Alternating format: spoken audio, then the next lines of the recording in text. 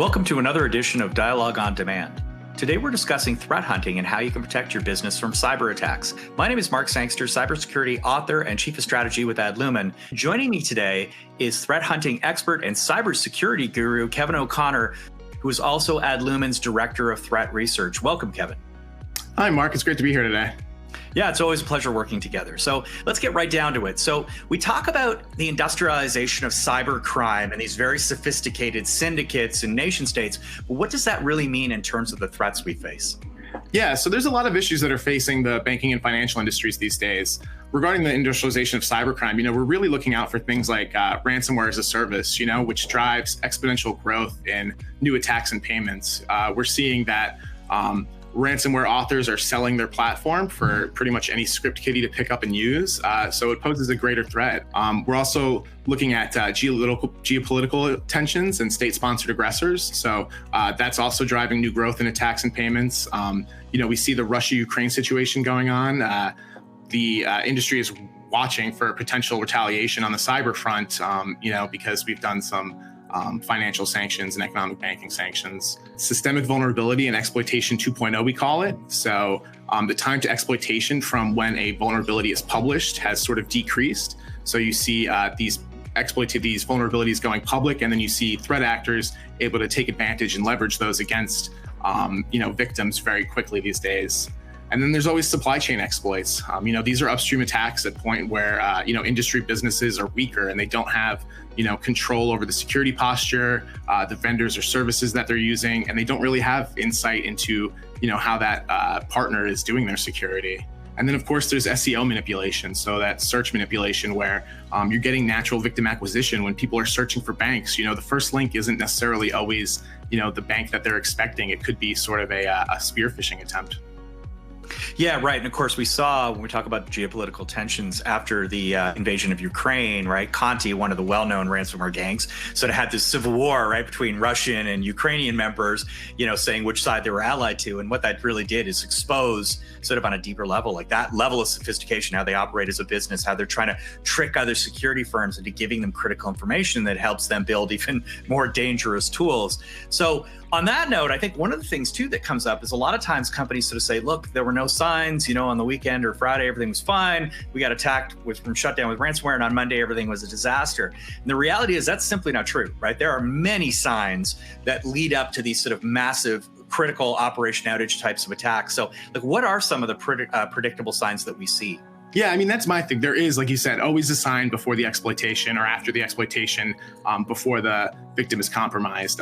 We've actually looked, and sort of the time to compromise for a North American company that's been breached is something around 70 days between when they're initially attacked and breached, and then when the attacker, does something like a ransomware or starts exfilling data. So some of the signs that you could see before these attacks are things like phishing attempts. Going all the way back to that Target 2012 breach, which was one of the first supply chain, that was a phishing attempt that let attackers into those networks. We're seeing dark web exposures for accounts. So when people are sharing passwords or account names, we're seeing them appear on the dark web for any attacker to then use to gain access to, business systems if there's share there. Things like impossible travel, folks logging in from the United States and then the next day logging in from, or the next hour logging in from somewhere in the Middle East. Failed two-factor authentications, unusual geographic activity, beaconing and command and control traffic. And then, of course, we always see traffic and these user entity behavior anomalies as well. Yeah, and those are critical, right? That's one of the things I working with clients I see is, these new users who are created or start acting out of band, right? Their devices they are connecting to different services, trying to collect data, et cetera. And I think that gives a unique view. So that's all part of our platform. So, in a more broad view, how does the Adlumin platform help when it comes to developing and actioning threat intelligence and ultimately allowing companies to take responsive measures to protect themselves? Yeah, so you always need a platform like Adlumin, which is an MDR++, that can help aggregate sort of your logs and alerts throughout your network and systems. So we're talking about taking things like security data from the endpoints, the Windows and the Linux systems and servers, network devices like firewalls and VPNs, endpoint protection software like your antiviruses and anti-malware, applications and services, so SQL servers to Office 365 and Okta integrations, and then of course the cloud services as well, so your Azure, AWS, GCP. So you need a platform that can sort of take all of this data from disparate sources and put it in a security relevant context where you can access it. And you need to be able to perform detections using this correlated data from all the different sources that you're gathering. And to do that, Adlumin leverages best-in-class machine learning to sort of build detections on the fly to help identify these anomalies. Right. I think one of the other pieces too in the platform that I was intrigued by was not just going through the response stage, but right into the remediation stage, right? Being able to take that threat intelligence that your team has gathered and then turn that into rules and policies that can be automatically pushed to whatever security advice needs to be updated so that we don't see sort of reoccurring events. Yeah, I mean, that's really critical. So what Adlumin does is we also provide things like block lists for firewall and network devices so that, we take this list of known bad so that, they can never sort of get access to your network. They're not able to even probe you.